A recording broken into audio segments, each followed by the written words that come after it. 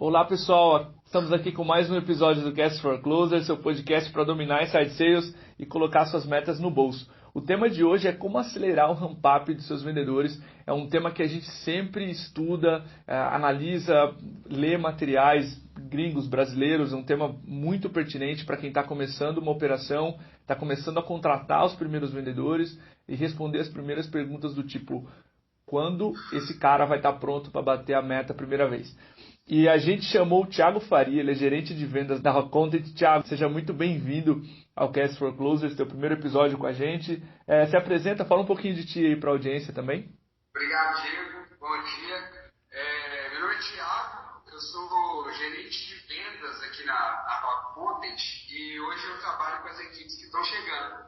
Justamente quem acaba de chegar e está nessa rampagem fica 2 meses aqui na minha equipe e depois é transferido para uma das filas, né? Porque nós temos divisões por tamanho de empresa. Legal. Então, as pessoas passam pelo treinamento, começam pelas pequenas empresas durante o treinamento e depois são mandadas para os outros. Então, eu estou cuidando desse treinamento agora, mas minha experiência em vendas começou há pouco tempo. Eu tenho 3 anos de experiência. Eu trabalhei numa empresa de venda de cota de hotel. Lá a gente faz uma venda de alto impacto. Eu tive um treinamento sensacional lá, de 34 dias trancado numa sala. E aí, depois disso foi... Eu saí desse tratamento, fui trabalhar nessa empresa, depois fui trabalhar numa imobiliária e gerenciar uma equipe de vendas. Depois vim para a Rock, fiquei aqui como vendedor 7 meses. Em 7 meses fui promovido a gerente. Gerenciei uma equipe de vendas durante 1 ano aqui, para pequenas empresas. E agora estou com esse desafio novo desde janeiro, trabalhando com a rampagem aí dos novatos aí, para fazer com que eles virem vendedores experts aqui. Que massa, muito nobre essa missão, cara, preparar a base aí dos vendedores da Rock.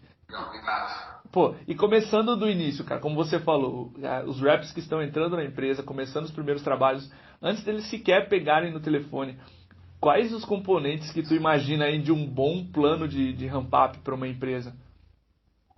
Então, a primeira coisa que a gente tem que fazer quando a gente vai fazer a rampagem aqui é ter um processo. Então, você precisa ter um processo, a venda não pode ser feita na probabilidade, ela tem que ter uma sequência de passos ali que influencia a compra. Então, legal. Primeira coisa, você ter um processo para você colocar essas pessoas dentro desse processo. Então, esse é o primeiro componente. O segundo é o treinamento, que deve explicar para as pessoas o que elas devem fazer e o porquê que elas devem fazer, o motivo de cada uma das ações. A gente quebra a venda em várias etapas e tem que explicar para elas o motivo de cada uma das etapas e fazer que elas entendam. Então, o segundo ponto, um componente importante é o treinamento. E quando a gente... eu costumo dividir em 2 pontos assim, a questão da rampagem e também do sucesso em vendas em geral, que é fazer o esforço correto e fazer uma quantidade de esforço que é necessário para atingir os objetivos. Então, um terceiro ponto aí, né, o primeiro é o processo de treinamento, o terceiro ponto seria criar formas de incentivar a atividade. Então, a fórmula desse negócio o cara precisa estar em constante aprendizado e para ele estar em constante aprendizado ele precisa tentar várias vezes, cometer vários erros. Ele precisa errar bastante nesse início para ele se conscientizar, para aquela lógica toda que foi passada no treinamento fazer sentido na cabeça dele. Então, eu diria que os componentes mais importantes aí são o processo, você ter um processo bem definido, um treinamento bem feito, que está ligado ao aprendizado. Então, tudo que estiver ligado ao aprendizado se conecta aqui nesse treinamento. O que vai vir depois, nas sessões de coaching, no one-on-one, mentoria, treinamentos específicos, tudo isso vai vir para somar essa parte de aprendizado. E assim, o aprendizado ele não se concretiza se o cara não faz o volume necessário de atividade para testar se tudo aquilo está funcionando, se aquilo vai trazer os resultados, onde ele pode melhorar. A cada pão ele vai, se ele faz muitas pães, a cada pão ele descobre um pouquinho mais e aprende um pouquinho mais. Então é a união de ter um processo bem definido, um aprendizado que seja contínuo e o trabalho sendo incentivado. Sem as ações, ele não vai conseguir reconhecer tudo que foi passado no treinamento, nos ensinamentos para ele. Legal. Gostei muito dessas 3 frentes que tu mencionou. E a gente, quando fala em ramp-up, é mais ou menos como ciclo de venda. A gente já fala, mal pronuncia as palavras, já está pensando como acelerar. Tu pode citar boas práticas que vocês veem dentro dessas 3 frentes que tu comentou, processo, aprendizado e a prática, né? Dar volume de trabalho para que ele teste todas as hipóteses aprendidas nos treinamentos. Que tipo de boas práticas tu faz aí na Raw Content ou tu enxerga em outras empresas nessas 3 frentes?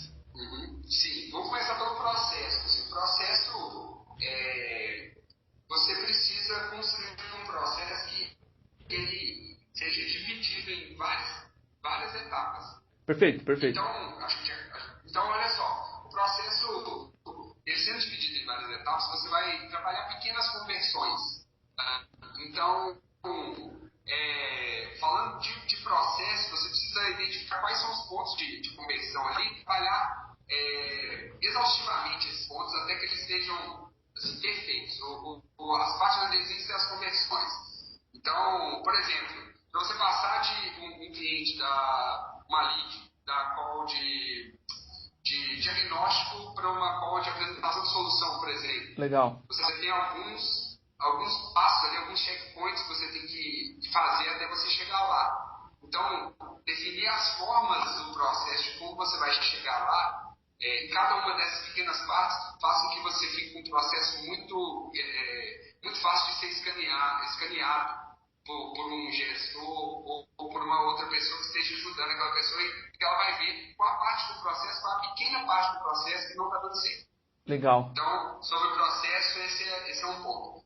Sobre o treinamento, assim, o treinamento em si, né, cada pessoa vai ter uma forma de aprendizado diferente, assim, que ela tem mais facilidade. Então, tente usar recursos visuais, tentar fazer com que as pessoas tentem explicar a linguagem delas, tirar todas as dúvidas, assim, ser bem claro no treinamento, bem detalhado, passar as informações, como eu disse, fazendo que elas entendam realmente o porquê delas fazerem aquilo.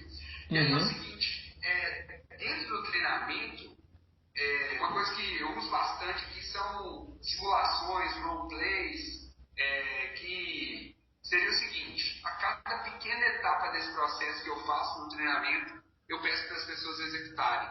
Então, por exemplo, eu tenho aqui um treinamento de conexão, que é a primeira ligação que a gente faz com uma lead que veio através do inbound.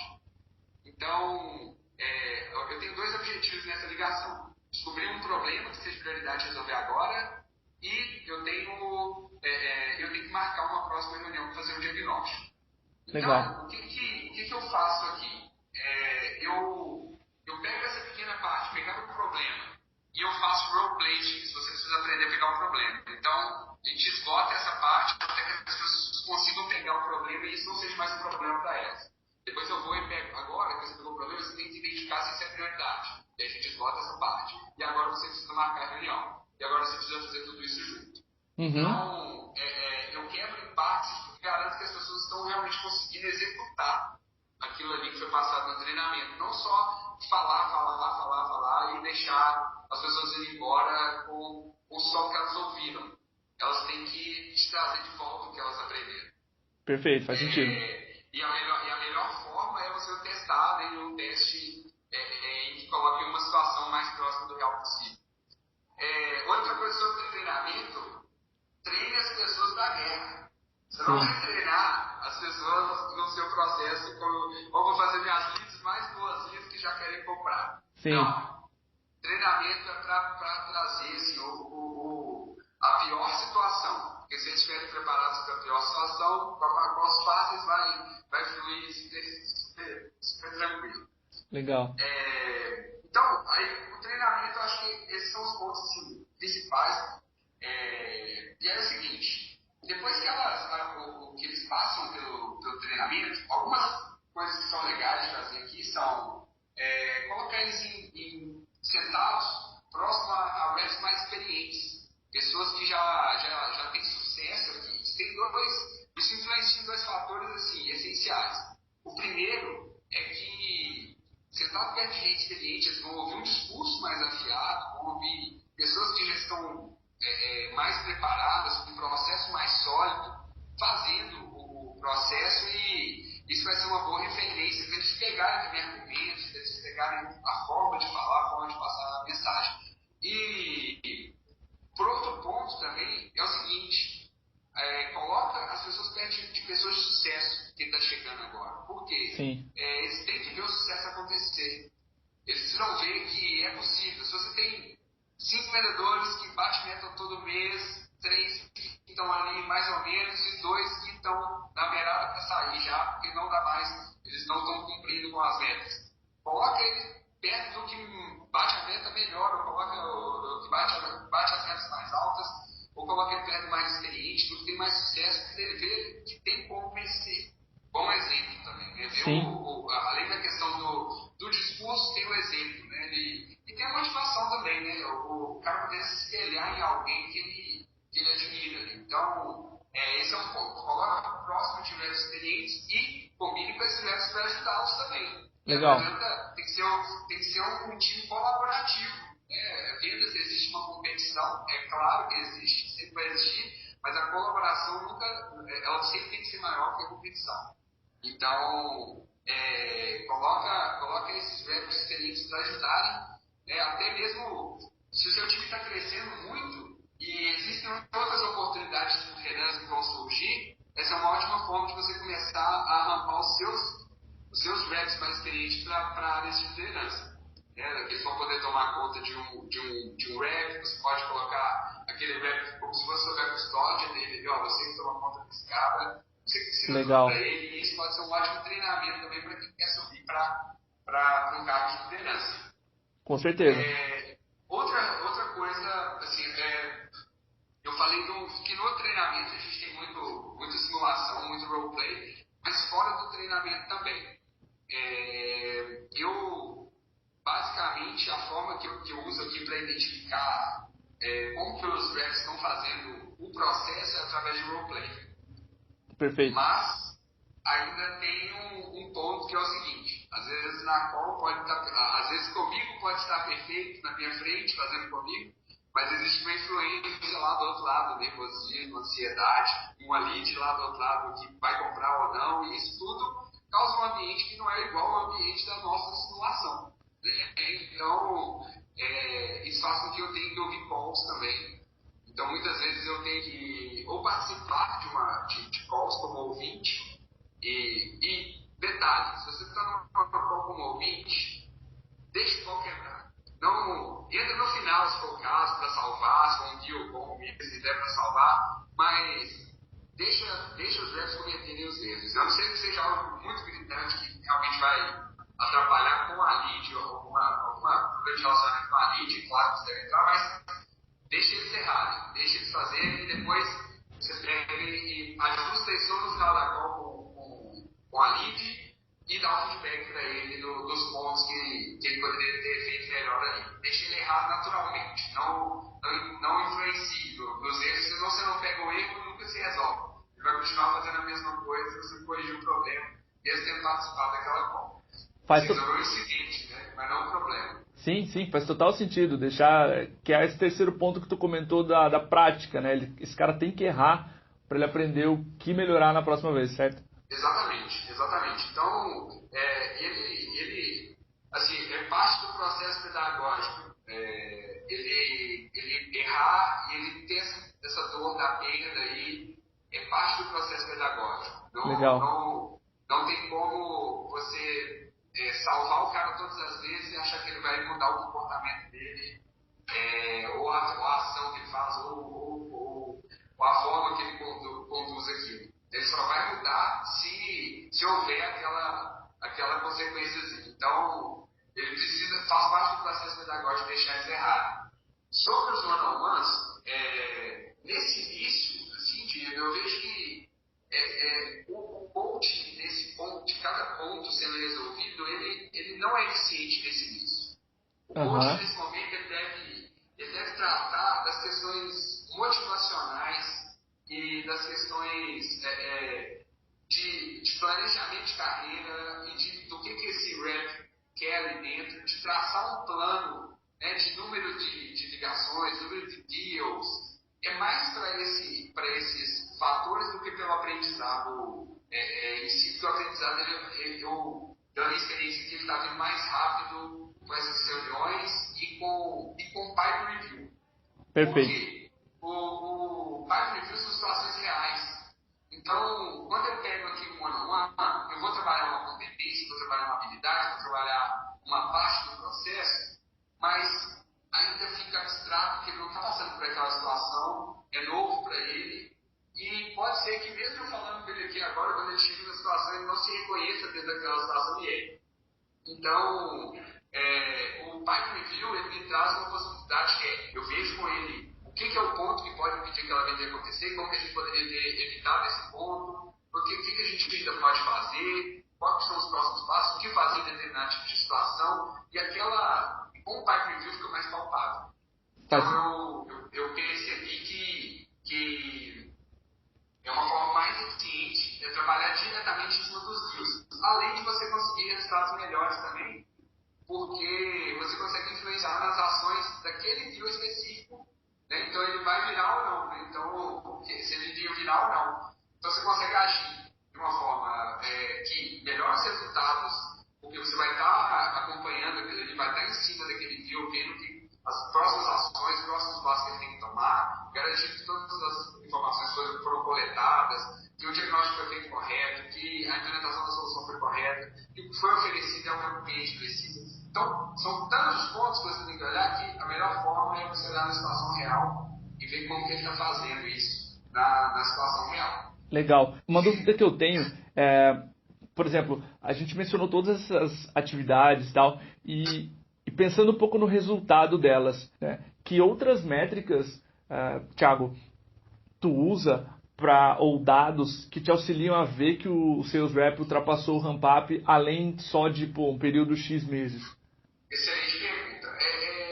Olha só, geralmente, assim, geralmente não, eu vou até falar em todos os casos, assim, eu considero um rep rampado aquele rep que bate as metas que os reps que estão aqui há mais tempo batem. Ah, entendi. Então,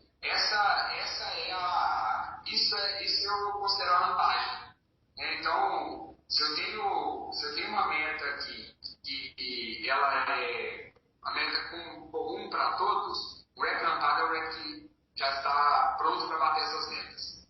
Legal. Então, até ele chegar nesse ponto, eu posso acompanhar várias coisas, mas eu não posso deixar de acompanhar a meta mesmo.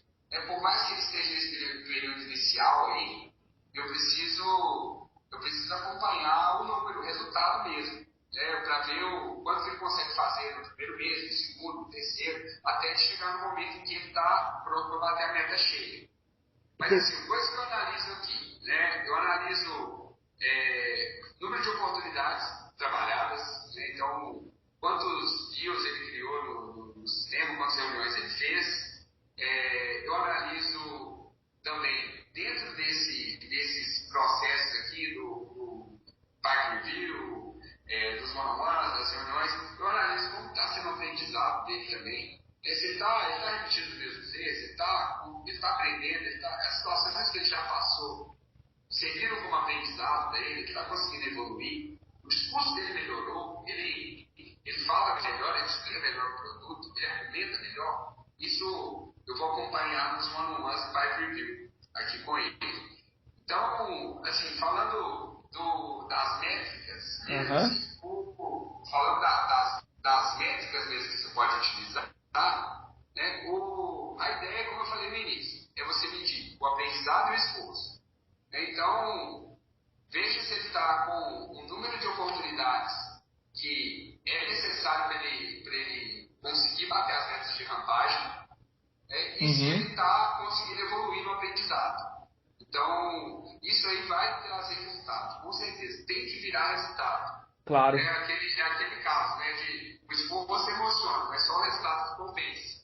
Então, se eu tenho uma fórmula em que eu tenho uma pessoa trabalhando duro e aprendendo muito a cada vez, muito rápido ela vai estar sabendo muita coisa para trabalhar Então, trabalho em grupo da forma correta, eu não vejo outra forma de medir que não seja o resultado. Perfeito. Mas, nesse caminho, tem várias coisas que você pode medir. Portas abertas, você pode medir, você pode identificar também onde é que está parando ele no funil, por exemplo. É da primeira ligação para a segunda, é da segunda para a terceira.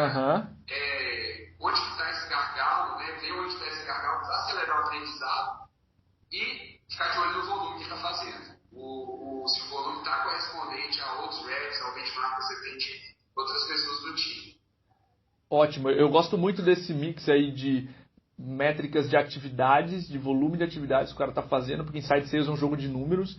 E, claro, o que tu comentou no início, se ele está pronto para bater uma meta cheia, ok, e de uma forma consistente, quem sabe por 1 ou 2 meses seguidos, esse cara, eu considero ele já rampeado e mapeio esse tempo, né? E as ações, claro, que me levaram a esse aprendizado dele. Isso, exatamente. Aqui na Rock, a gente fez um esquema legal aqui que foi o seguinte. Eu criei um jogo durante o treinamento e fiz um esquema de gamificação, assim, coloquei pontuações ponderadas para cada tipo de atividade. Aqui para a gente já ficou muito claro que o número de atividade, o número de ligações, o número de reuniões marcadas é um fator de sucesso e o aprendizado é o outro fator de sucesso, né, para fazer o esforço correto. Então, no jogo, eu coloquei pontuações diferentes e pesos diferentes para diferentes provas, testes, jogos. Seriam, por exemplo, eu coloco um desafio numa semana, eles têm que criar 15 deals, cada um deles. Tem que abrir 15 novas portas. E aí eu dou uma pontuação para isso. Como isso é referente à atividade, eu coloco um nível de pontuação mais alto para isso. Né? Eu coloco, por exemplo, tem que tirar a certificação de SEO da Rockpoint. Então, isso aí vale X pontos com peso alto também, porque é aprendizado. Eu faço dentro do treinamento mesmo, dentro daquelas simulações, eu faço competições de disputas dentro das simulações também, para que some pontos nesse jogo. No final dessa rampagem, o rep que ganha esse jogo, ele recebe um bônus aqui, a gente dá um incentivo para ele, uma grana. Que bacana. Então, é bem legal que tem uma motivação também, né, por trás da grana e tal, e as pessoas estão bem engajadas também no jogo, né? O jogo é uma coisa que engaja muito. Então, elas querem sempre fazer mais, querem fazer um volume alto, querem estar aprendendo, querem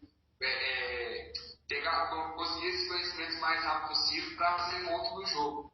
Então, uma coisa legal é você amarrar o que a empresa precisa com o que você propõe que eles façam. Perfeito. Assim, então, aqui a gente viu que ele precisa que os caras façam muito volume, aprendam rápido, tenham resiliência, puxem a resposta para eles, tem várias coisas. E a gente bota tudo isso de uma forma que dê para pontuar para eles, para motivá-los a fazer e ter esse comportamento que a gente espera aqui no negócio, entendeu? Ótimo. Cara, a minha próxima pergunta em relação à meta. Como é que a gente define para esse cara que acabou de entrar a melhor meta possível? Seria escaloná-la até uma meta cheia? Como é que vocês fazem aí na Rock em termos de definir a meta do ramp-up?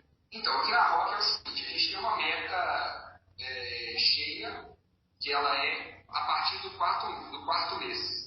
Perfeito. E nos 3 primeiros meses eu tenho uma meta que chega a ser 1/10 da meta cheia, a primeira do primeiro mês, porque esse cara vai ficar 3 semanas em treinamento, vai ter uma semana para trabalhar. Então, uma semana e meia, 2 no máximo ali, depois do treinamento, então é bem apertado.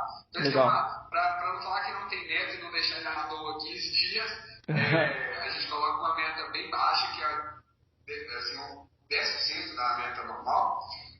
Depois eu tenho uma outra meta, que ela chega a ser basicamente metade da meta da meta cheia, e eu tenho uma outra que chega bem próximo da meta cheia, sendo 5/6 da meta cheia, e depois eu tenho a meta cheia no quarto mês. Legal. Mas isso, Diego, a gente define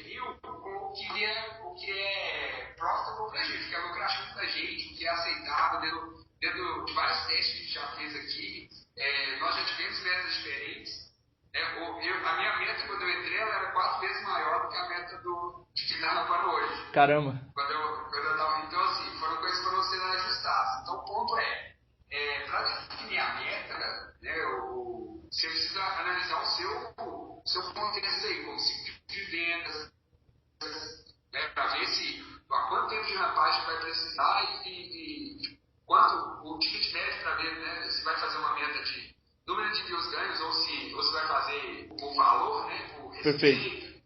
Então, é o seguinte, você precisa ver o que vale a pena aí para você do investimento desse vendedor.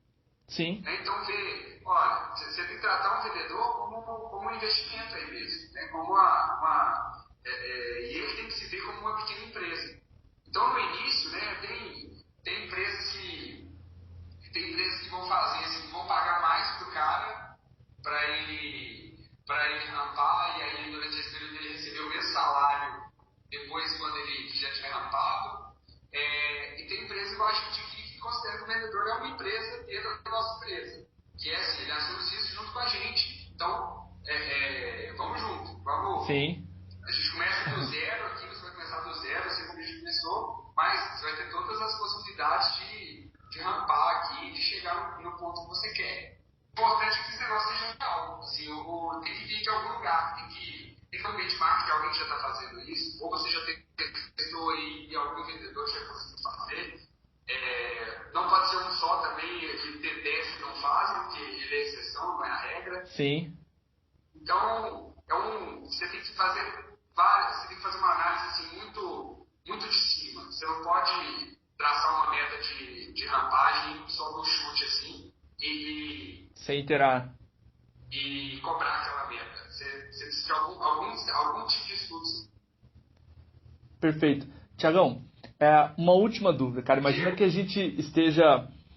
que uma empresa esteja contratando seus primeiros vendedores e elaborando um plano de ramp-up agora.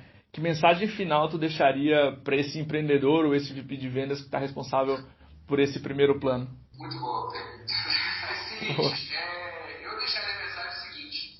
O primeiro ponto que eu me preocupo aqui na hora de formar uma equipe é a cultura de vendas. Legal. Você tem uma cultura de vendas forte dentro do seu time. E o que é uma cultura de vendas forte? Pessoas positivas, pessoas que vão acreditar que esse negócio vai dar certo, puxam a resposta para elas e falam, eu podia ter feito diferente. Não é a lead, não é o mercado, não é o dinheiro, não é nada disso, sou eu. Sim, então, sim. manter uma cultura de que você é o responsável pelas suas ações, você é o responsável pelo seu resultado. Então, criar uma cultura forte nesse ponto, com equipe de trabalho e pessoas que sejam colaborativas, pessoas que se ajudem, porque o time cresce com essa ajuda.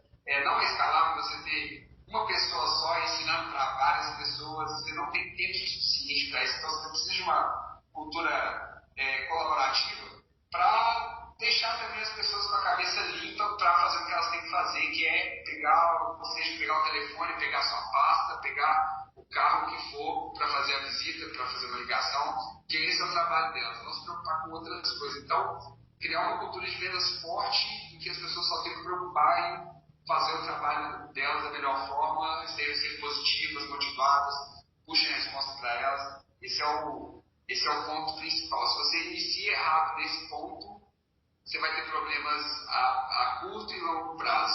Se você inicia certo e se mantém nessa cultura, tudo que vem aí, as pessoas vêm para somar e vêm para agregar e melhorar o seu processo, melhorar as suas vendas, quando tem esse ambiente, quando você consegue proporcionar esse ambiente de vendas. Legal. Pô, Tiagão, muito obrigado, cara, pela tua participação aqui no Cast for Closers. Eu adorei a conversa, foi muito prática.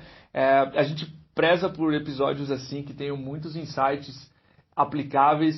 Eu acho que tu conseguiu cumprir à risca aquilo que a gente sempre pede aqui dos nossos entrevistados. Então, obrigado novamente aí pela tua participação. Muito obrigado pelo convite, foi uma honra participar aqui. Obrigado mesmo. Show de bola. Um abraço, Tiagão. Até a próxima. Valeu.